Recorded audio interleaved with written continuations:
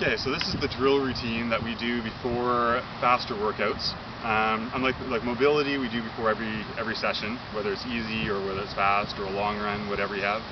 And the strength routine tends to be after three workouts a week. Usually your harder or your longer runs want to do that strength routine.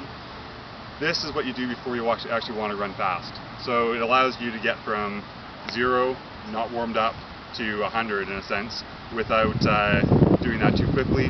So you're going from an easy warm-up jog, so you're following the routine in the morning or the afternoon would be mobility first, easy warm-up run of 10 to 20 minutes of easy running, followed by a drill routine, some wind sprints or strides, relaxed sprinting, and then finally the hard workout itself.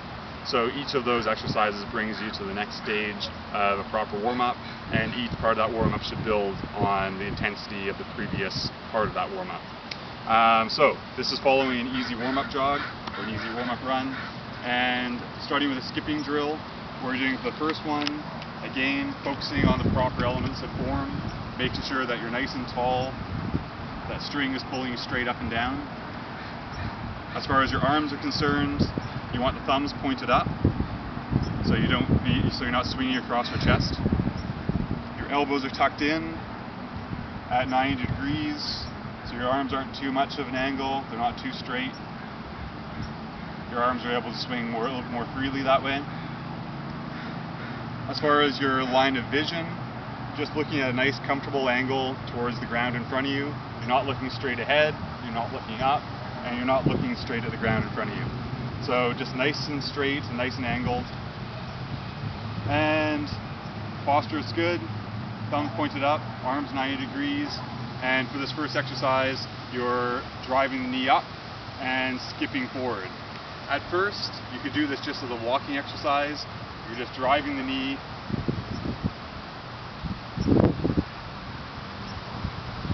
always keeping that posture nice and straight. And then you can start doing it as a skipping exercise.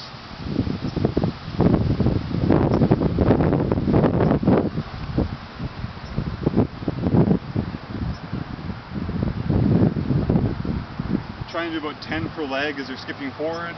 You can do this in a couple sets. I usually do 2 sets of these myself, but with a lot of people just doing 1 set to start with. The next skipping exercise is instead of focusing on driving the knee up, you're focusing on driving the foot back down to the ground and trying to get that foot to hit right underneath your center of gravity. So the proper sequence when you're pushing off the ground when you're running is you hit the ground, you extend back, your heel comes to your butt, the knees come up, and your foot comes back down to the ground again. So it's a full cycling action. So when we're doing this next skipping exercise, we're using that full action. Heel comes up, knee comes up, leg comes forward, and the foot snaps back down to the ground. So you can do this just as a standing balance exercise, just trying to get that cycling action as part of a natural motion, and just neurologically getting used to the feel. At first it can feel very awkward if you try to do the full drill all at once. So again, that motion is heel up, knee up, leg extended, and then snapping that foot back down right underneath the center of gravity. Again, you can do this as a walking exercise at first. So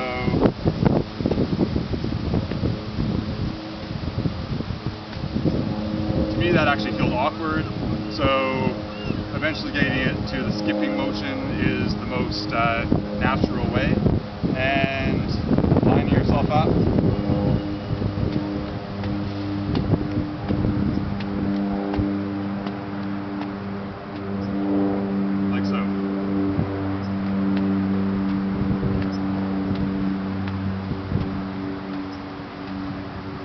Okay, good.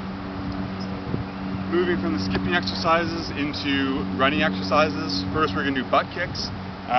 When you're doing a butt kick, you're just flicking the heel up to the butt and actually making contact with the butt. That's the name. And for these running exercises, we're doing 20 per leg. And again, always focusing on good form.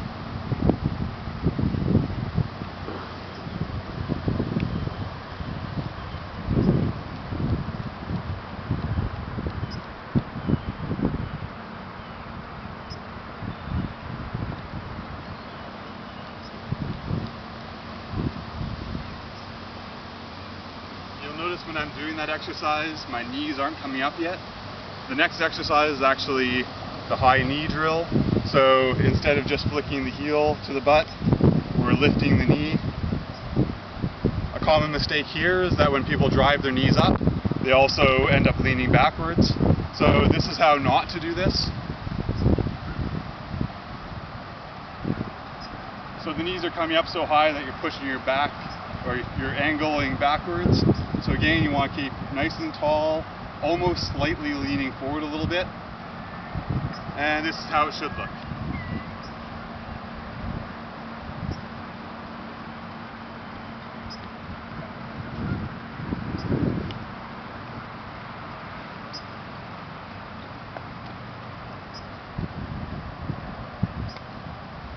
Okay, finally, with the running drills, you can bring those two elements together.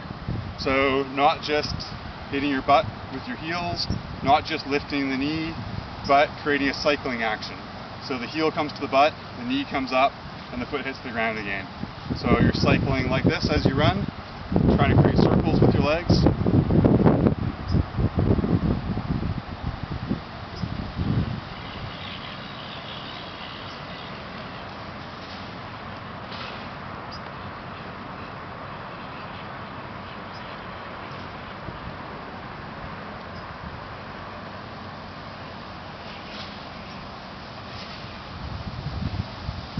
Okay, so we've done 2 skipping exercises, 2 running exercises.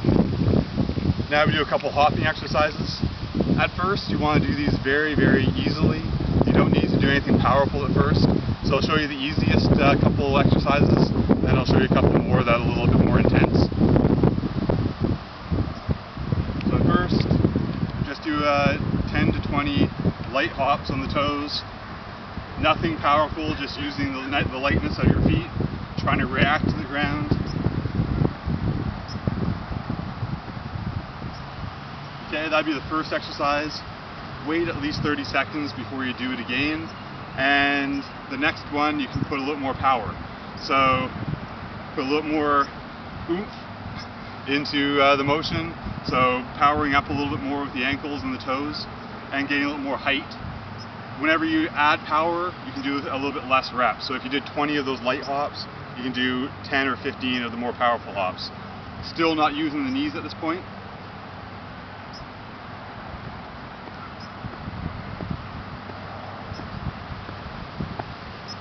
Like so. The next level of difficulty would be to do that motion on a forward plane, so not just on the spot.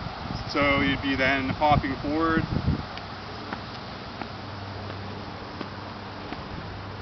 like so.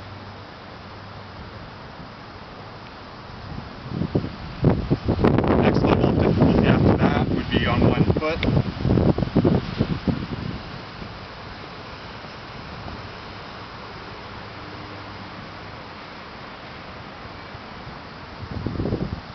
Then the next level of difficulty, bringing the knees into it a little bit more. So right now, up until this point, we've just been doing everything with the toes and the ankle.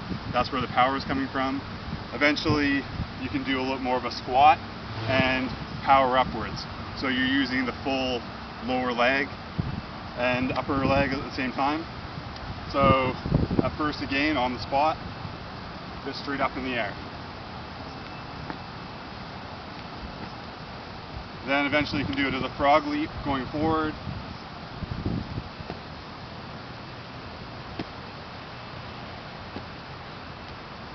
Eventually getting to the point where you can do it quicker and smoother with less hesitation between each jump. And then finally getting to the point where you can do this with just one leg. And this would be the most advanced, and only when you can get through each of those exercises and feel very strong that you can really power with one leg and go forward. So on one leg, try and jump forward like that. So that would take you through, you want to do about 2 of those exercises. So at first, just a couple hopping exercises on the spot. That would be a good beginner's way to start out. And I like to finish with, before I get into my wind sprints or strides, fast feet drill. So just focusing on getting your feet going as quick as you can, sprinting as fast as you possibly can, but just on the spot or slightly moving forward as you go. The idea here is you're not putting any power in, but you're just trying to get the max rhythm out of your body, trying to get your feet going and reacting to the ground as quickly as possible. You're only lifting your feet about this far off the ground, half a foot at the most. And try not to sacrifice your form as you do this. So form comes first and then your rhythm. And 10 to 15 seconds of this and doing a couple sets of it is as much as you need to do. Doesn't need to be part of the workout, just part of the warm-up. So good posture, and